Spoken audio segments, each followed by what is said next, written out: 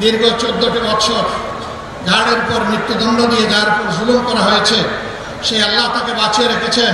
সেই মহান রব তাকে আমাদের বুকে ফিরিয়ে দিয়েছেন। আলহামদুলিল্লাহ রাব্বিল আলামিন। আমাদের এই ভাইয়ের জন্য দোয়া করবেন সবাই। আল্লাহ যেন তাকে নেক হায়াত দারাজ করে দেন, তিনি যেন সুস্থ থাকেন এবং জাতির প্রয়োজনে তিনি যেন দায়িত্ব পালন অব্যাহত রাখতে পারেন। সম্মানিত ভাইয়েরা, ফ্যাসিবাদ বিরোধী আন্দোলনে এখানে বলা হয়েছে আমার নেতৃত্বে পতন হয়েছে, মোটেই না।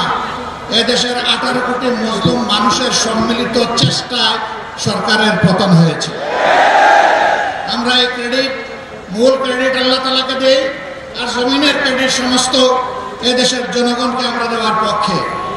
আমরা এক থাকবো, জাতির প্রয়োজনে এক পথে হাঁটবো এবং জাতির প্রয়োজনে সমস্ত ষড়যন্ত্র মোকাবেলা করে সামনে ইনশাআল্লাহ এগিয়ে যাব। বাংলাদেশের শক্তিশালী থার্মিক স্টিল বার ফেমাস স্টিল লিমিটেড।